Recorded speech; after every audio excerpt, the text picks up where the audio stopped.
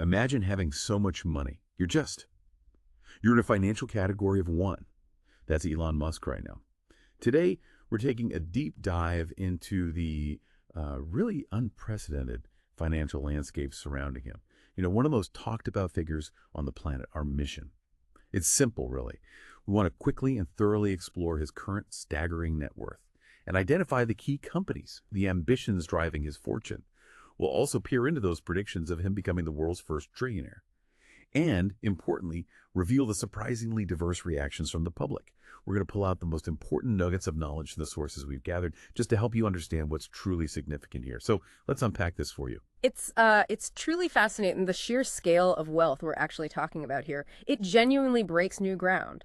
Forbes, as of, July 28, 2025, pegs Elon Musk's current net worth at a staggering $410.5 billion. Now, other reports have it slightly lower, maybe around $405.6 billion. But look, regardless of the exact number, the crucial takeaway is this. He isn't just the world's richest person. He's the only person in what some are calling the $400 billion club.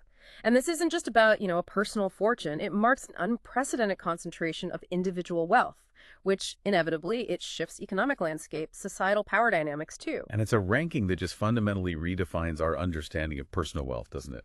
He's consistently number one on those Forbes lists. So for you listening, what truly underpins this immense fortune? I mean, what are the bedrock companies and ambitions here? Yeah, it really boils down to his core ventures, starting with Tesla, obviously. Its dominance in the electric vehicle market is, it's a primary driver. The global demand for EVs just keeps growing, and that significantly contributes to Tesla's climbing stock price. And we recently saw some pretty big news. Samsung Foundry signed a massive $16.5 billion deal with Tesla to produce next-generation AI6 chips at Samsung's Texas fab, no less. Now, this isn't just a big number. It signals Tesla's strategic pivot, right, to becoming a significant player in AI hardware, not just an automotive company. It diversifies their future, positions them as a broader tech giant, like an Apple or NVIDIA. Right. And while Tesla's continued innovation, like that Samsung deal, clearly points to future growth, our sources also highlight that it's not all smooth sailing. Not at all. In fact, Musk's empire is facing some pretty significant headwinds right now. He himself recently saw, a reported $17 billion drop in his net worth because Tesla shares plunged. And he expects a few rough quarters ahead, especially as those federal EV credits expire. There are even surveys suggesting there's a massive Elon Musk problem actually affecting Tesla sales. Yeah, and that raises an important question, doesn't it, about the brand's resilience? Amidst these external pressures and internal perceptions, particularly when we see some product issues cropping up too. The Cybertruck, for instance, it's had a reported nosedive in deliveries, and there are even mentions of, basic challenges like Cybertruck doors that open properly. And looking further ahead, that ambitious robo-taxi dream, it could become a liability nightmare for Tesla and its owners. Especially when you consider past fatal accidents involving autopilot and FSD features. It's just a stark reminder that innovation at this scale, it comes with significant real-world challenges. But Musk's ambition isn't just confined to Earth roads, is it? I mean, he's fundamentally reshaping humanity's reach into space with SpaceX. Exactly, and that pivotal role in space exploration is clearly central to his vision. It's huge. SpaceX secures major contracts with NASA, with private clients too, for satellite launches and space missions. Its valuation hit $350 billion based on a private share sale back in December 2024. And Musk holds an estimated 42% stake in that. There's even a fascinating detail, actually. SpaceX beginning to move its Bitcoin holdings for the first time in years, which could potentially, save Tesla's upcoming quarter. It highlights an interesting financial synergy across his seemingly disparate ventures. And while his vehicle and rocket ventures dominate the headlines, his aggressive push into artificial intelligence with XAI, that's equal transformative, wouldn't you say? Absolutely, yeah. XAI is focused squarely on developing AI tech to compete with the other big tech firms. It was valued at a reported $50 billion back in November 2024. And Musk owns an estimated 54% stake in that one.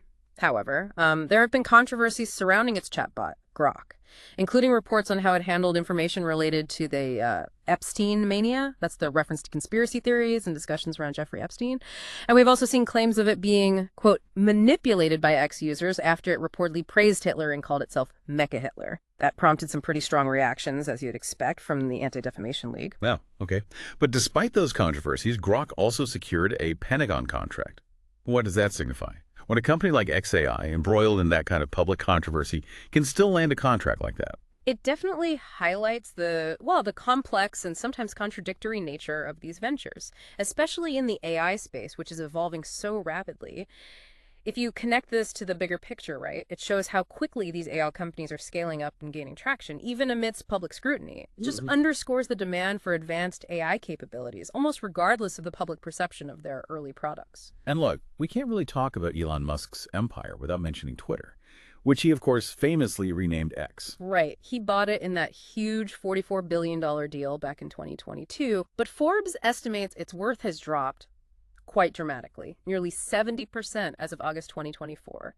This significant devaluation is really notable, especially with changes like, charging for ads based on their size now. It's a pretty stark contrast to the rapid growth we've seen in his other companies, and it really signals the immense challenges in trying to transform a public social media platform like that.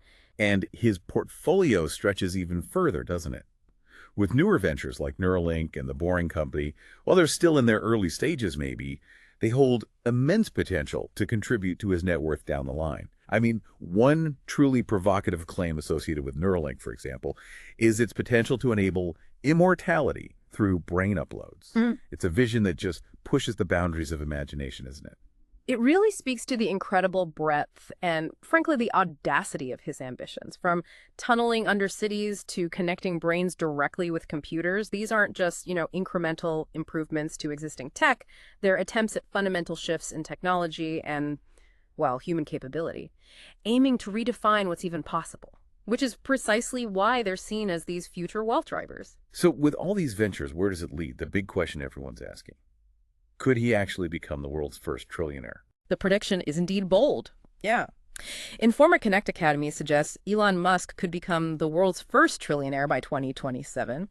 Now, for his fortune to exceed $1 trillion, that would require a projected annual growth rate of 110%.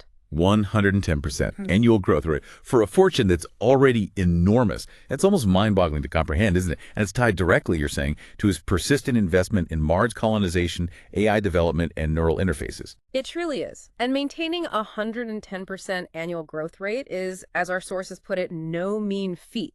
I mean, to put that in perspective, even the most successful tech giants often aim for maybe 15–30% growth. This isn't just aggressive. It implies a sustained exponential leap across multiple, already high-stakes ventures, which makes that trillionaire prediction feel more like a grand ambition than, a foregone conclusion. His charge could absolutely stall if the growth rates hit a snag. Interestingly, though, he's not alone in this speculative conversation. Other notable figures like Gautam Adani, Jensen Huang, Prajogo Pangestu, Bernard Arnault, and Mark Zuckerberg are also listed as potentially being on course to become trillionaires in the coming years. Wow. It's a fascinating group of individuals sort of leading the charge into this new era of hyperwealth. So what kind of person is actually at the helm of this unprecedented empire? Let's unpack the philosophy, maybe the personal choices that seem to drive these monumental ambitions. Well, Musk often describes his personal philosophy as a physics approach to analysis. He aims to boil things down to first principles or fundamental truths, and then you reason up from there, unquote.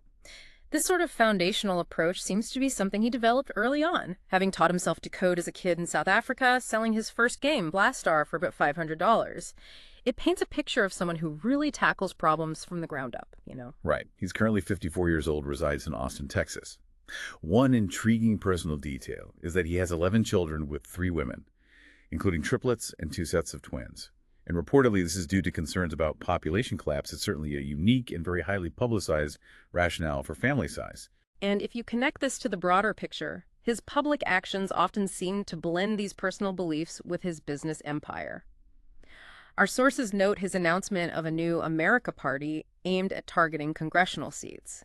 And he's reportedly distanced himself from Republicans and had a split with President Donald Trump. Now, we're just reporting what the sources say here, obviously not endorsing any political viewpoints. There's also that comment about Doji gimmicks, referring to Dogecoin promotions having no place in South Korea, which was tied to the new South Korean president's approach of running the economy like a business. It just shows his willingness to engage in the political landscape, often in pretty unconventional ways, and the impact his name alone can have on these national policy discussions. Yeah, it all leads to some pretty striking and, frankly, sometimes wild reactions from the public. What stands out to you about how people are responding to this level of wealth and ambition? Well, social media users have definitely had mixed reactions to Musk's wealth, it's clear. And the news has left even his fans divided, triggering arguments about wealth concentration. You really see both extremes playing out. On one hand, there's just outright praise and celebration, comments like ultimate powa and things like Elon Musk is on track to become the world's first trillionaire by 2027. At this point, Earth is just his startup, Mars is next. It shows this sense of awe, maybe admiration for his achievements. But then on the flip side, there's plenty of criticism and skepticism, often fueled by those very practical issues facing his companies, right? People are saying things like, all that money and still couldn't make Cybertruck doors that open properly. Ouch. Or focusing on the wealth concentration aspect. I believe in capitalism, but this is getting ridiculous. I'm not saying we abandon the system, but a few tweaks are overdue. There's no reason for one person to control that much wealth. And then you get the more humorous observations like, I wonder if he has a mobile banking app, and if so, can the number even fit on his screen on the phone? Huh, yeah. Those reactions truly encapsulate the public's complex view, don't they? Reflecting both aspiration and, well, unease. It kind of culminates in a really powerful observation from our sources. When your net worth outpaces nations, you're not rich, you're historic. And that really puts his financial standing into an almost geopolitical perspective, I think. It certainly does. Wow. We've covered a lot of ground today, from his staggering net worth to the companies he's built, those trillionaire predictions, and the incredibly diverse public response. His ventures are undeniably shaping key aspects of our future, how we transport ourselves, advancements in AI, even our reach into space. So what does this all mean for you, the listener, as you take this all in? As we wrap up this deep dive, maybe consider this provocative thought. What does it truly mean for society when one individual's personal wealth starts to approach or maybe even surpass the economic output of entire nations? And what responsibilities or perhaps challenges might come with such concentrated power and ambition? It's definitely a question we'll all be grappling with as these trends continue to unfold.